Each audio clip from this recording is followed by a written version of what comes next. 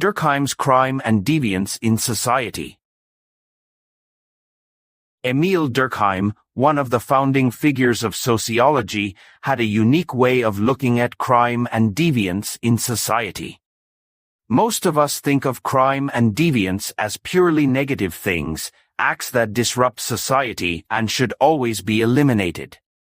However, Durkheim believed that crime and deviance serve essential purposes in any society, and understanding them can help us learn about the social structure and values of the community in which they occur.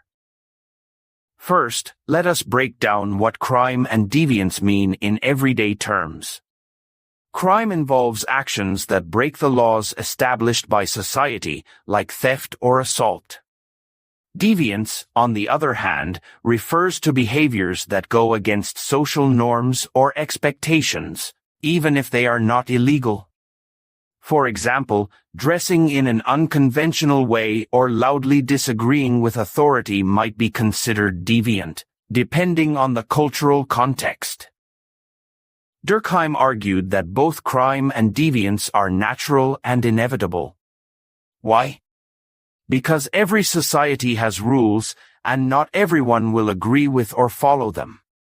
People have different perspectives, values, and motivations, which means there will always be individuals who challenge the status quo. This is not just unavoidable, it is actually necessary for social progress and cohesion. One of Durkheim's key ideas was that crime and deviance play an important role in helping societies understand what they value. Think of it this way: when someone commits a crime or engages in deviant behavior, society reacts. This reaction, whether it is outrage, punishment, or even sympathy, reveals what the group considers right or wrong. It brings people together to reaffirm shared values and set clearer boundaries for acceptable behavior.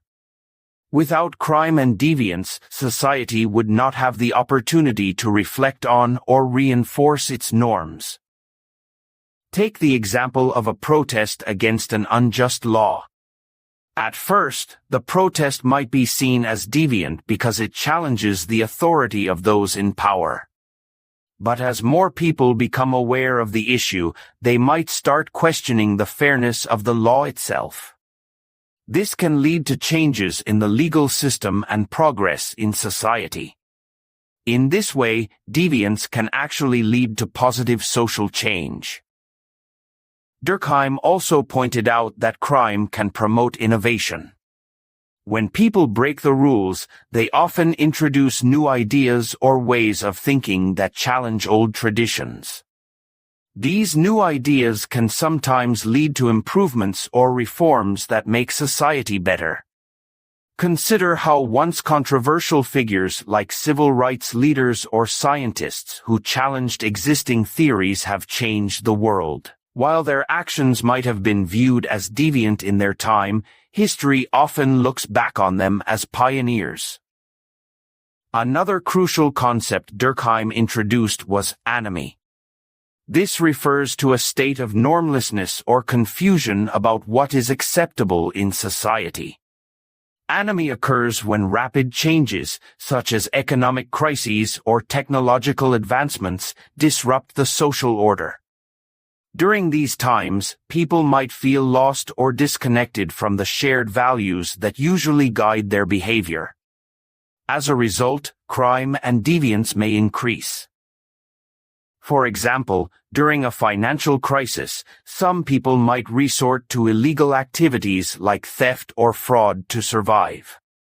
Others might engage in deviant behaviors, like forming underground movements to challenge the government.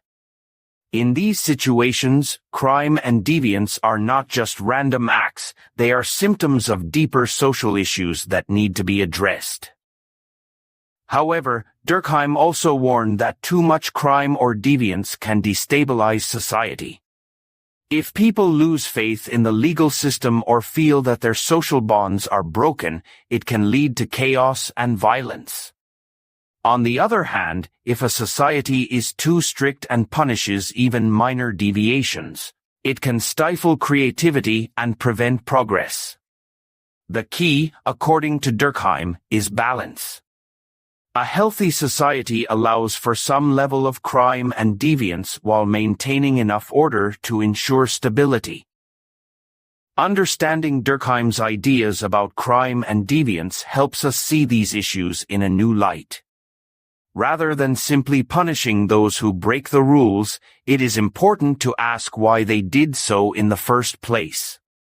Are they responding to unfair conditions, outdated norms, or a lack of connection to their community? By addressing these underlying causes, societies can create environments where fewer people feel the need to challenge the rules. Durkheim's perspective also encourages us to be more empathetic. Instead of labeling someone as bad for acting out, we can look at their behavior as a reflection of larger social dynamics. For example, youth crime in disadvantaged neighborhoods often highlights systemic issues like poverty, lack of education, and limited job opportunities. Solving these problems requires more than just punishment, it requires understanding and action at a community level. In modern society, Durkheim's insights remain relevant. From debates about criminal justice reform to discussions about protests and social movements, his ideas remind us that crime and deviance are not just personal failings, they are part of the complex fabric of society. They show us where we need to grow, change, and improve.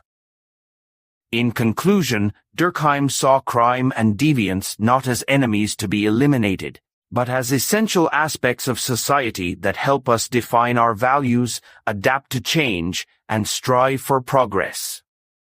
By studying these phenomena, we gain a deeper understanding of who we are and what we stand for as a community. So, next time you hear about a crime or see someone acting outside the norm, consider what it might reveal about the society we live in. Thank you for watching this video. If you found this explanation helpful or thought-provoking, please hit the like button, share it with others who might be interested, and subscribe to the channel for more content on sociology and other fascinating topics. Your support helps us keep creating informative and engaging videos.